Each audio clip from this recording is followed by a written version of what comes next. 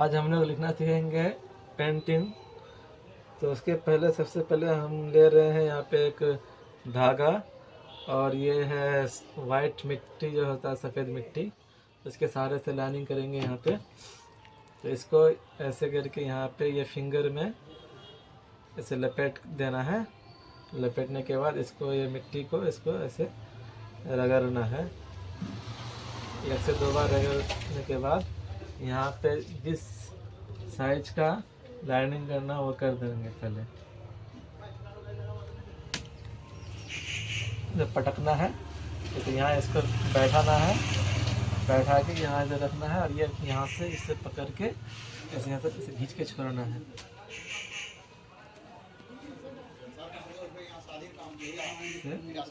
पटकना है।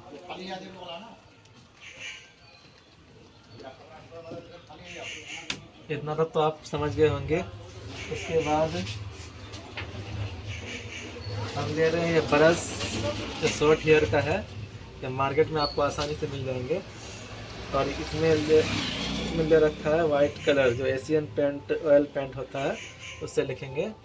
White colour ले रखा है इसमें। और लिखने के टाइम हमेशा इस बात का ध्यान रखना है कि ब्रश को इस एंगल में पकड़ना है, तिरछा एंगल में, सीधा नहीं पकड़ना, तिरछा एंगल में। हिंदी लिखने के लिए तिरछा एंगल में पकड़ना है। सबसे पहले हम लोग को लिखेंगे,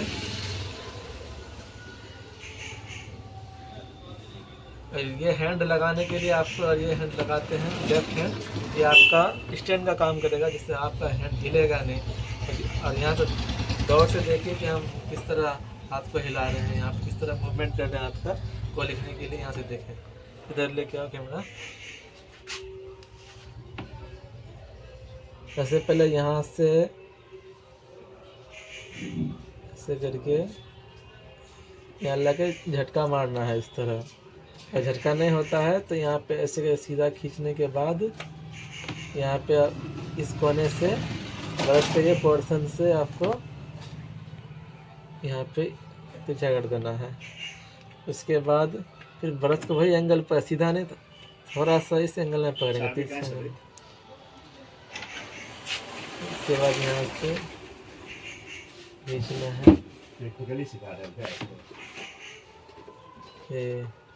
यहाँ पे खींचना है।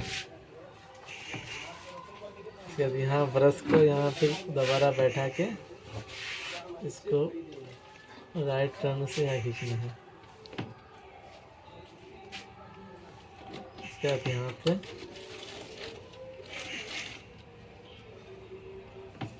खींचना है।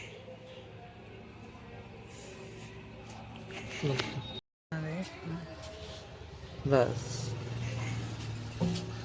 फिर आगे लिखना है को लिख दिए। को के बाद ख लिखना है। ख लिखने के लिए गौर से देखें आप लोग, ब्रश को इस एंगल में, उसी एंगल में पकड़ना है। पकड़ने के बाद यहाँ बैठा के इसको सीधा खींचना है, यहाँ तक लाना है। समझ गए? यहाँ तक लाने के बाद वही एंगल में ब्रश को उसी एंगल में रखना है, यहाँ बैठा के फिर यहाँ से नीचे की तरफ खींचना है। तो फिर उसी एंगल में ब्रश वही एंगल में रहेगा, यहाँ से पकड़ना है इसको।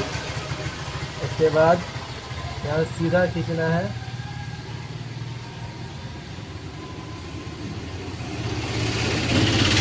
यहाँ पे लाके झटका देना। झटका नहीं दे पाते हैं तो यहाँ पे इस तरह कर देना है इसको।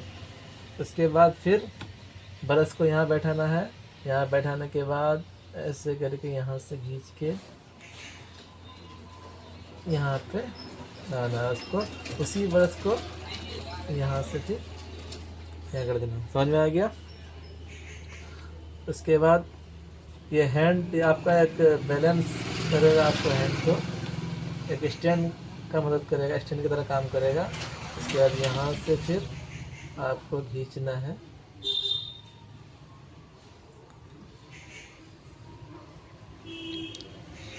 इतना खींचने के बाद अब यहाँ पे इसको बराबर करने के लिए ब्रश को इस तरह पकड़ेंगे। पकड़ने के बाद इसको थोड़ा सा तिरछा कर देंगे।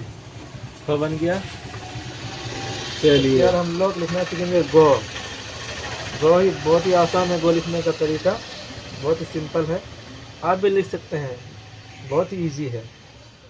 पहले थोड़ा सा आपको टाइम लगेगा, प्रैक्टिस करना, प्रैक्टिस पे डिपेंड करेगा। गो लिखने के लिए ब्रश को उसी एंगल में, हमेशा ब्रश को सीधा नहीं पकड़ना है, हल्का सा तिरछा पकड़ना है, इस तरह। गो लिखने के लिए यहाँ पे हम लोग ब्रश को इसी एंगल में बैठाएंगे, बैठा के नीचे की ओर खींच के इसको यहाँ खींच देना है। खींचने के बाद फिर उसी एंगल में ब्रश रहेगा, यहाँ पे इधर से खींच देना है, उसके बाद फिर यहाँ पे खींच देना है। उसके बाद यहाँ से फिर सीधा करके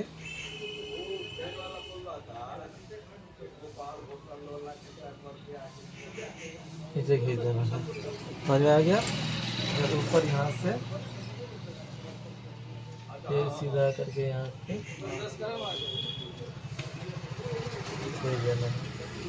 बहुत ही इजी है, आप भी प्रैक्टिस कीजिए और देखिए इसको बार बार देख के, कोई वॉल में या फिर कोई प्लाई बोर्ड में आप प्रैक्टिस कीजिए, बहुत ही आसानी से। उम्मीद है आप 1 महीने के अंदर ही सीख जाएंगे, आपके प्रैक्टिस पे डिपेंड करेगा।